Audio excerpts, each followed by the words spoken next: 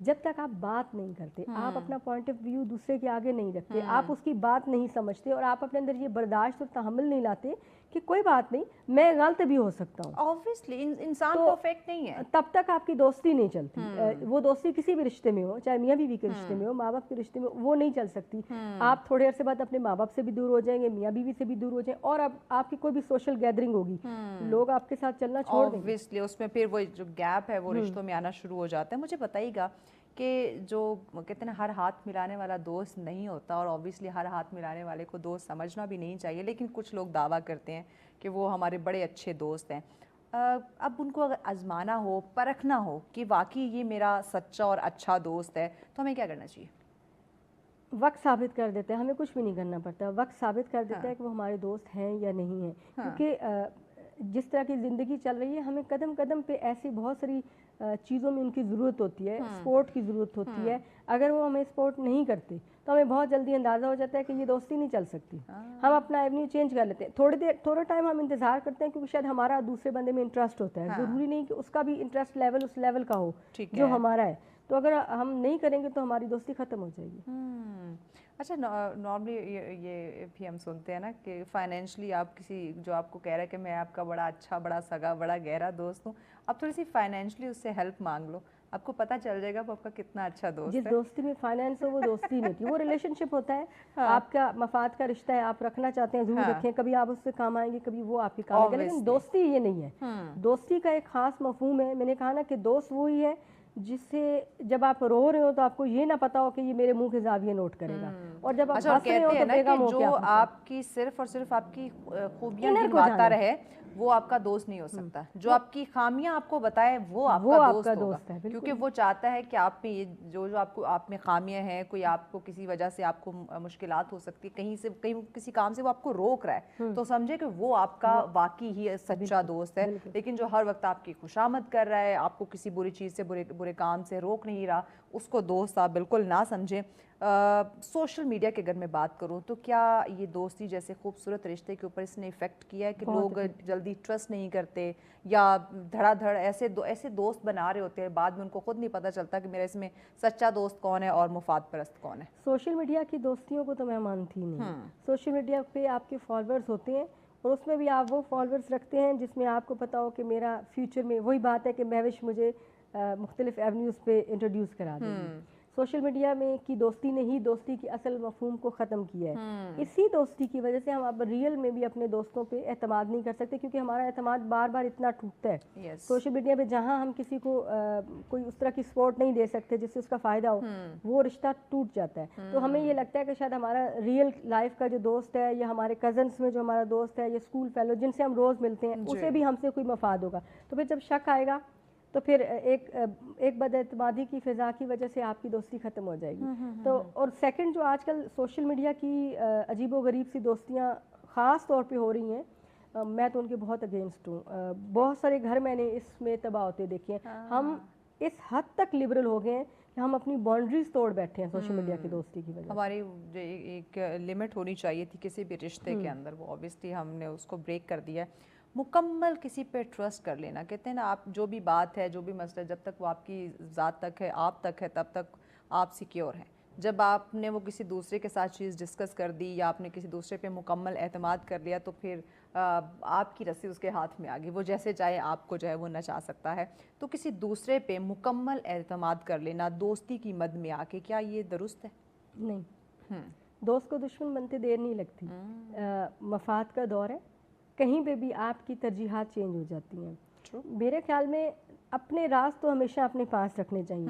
اب سب سے پہلے اپنے مائنڈ میں یہ بات رکھنی چاہیے کہ ہم نے اپنے دوست کو، ہم نے دوستی کرنی ہے. ہم یہی کیوں کہتے ہیں کہ وہ ہم سے دوستی کرے اور وہ ہماری مرضی کے مطابق چلے. دوستی ہم کرنے کی کوشش کرتے ہیں، اسے اعتماد دینے کی کوشش ہم کرتے ہیں، تو یہ ریلیشن شپ اچھا چلے گا. ہاں، راز ہم نے اپنے پاس ہی رکھنے ہیں. میرے خیال میں کسی بچپن کے دوست سے تو اپنے راز پھر بھی شیئر کی جا سکتے ہیں، لیکن یہ 2 مہینے 4 مہینے یا سوشل میڈیا کی دوستی میں کبھی بھی اپنے راز نہ دیں، کیونکہ دوست کو دشمن بدلتے دیر ہی نہیں لگتی. اچھا، آج کل ہم بہت دیکھ رہے ہیں ہمارے جو بچے ہیں، بچیاں ہیں، وہ بلیک میل ہونا شروع ہو جاتی ہیں. I think just because of کہ وہ بہت ہی کم ٹائم میں کسی پہ بہت زیادہ ٹرسٹ کر لیتے ہیں.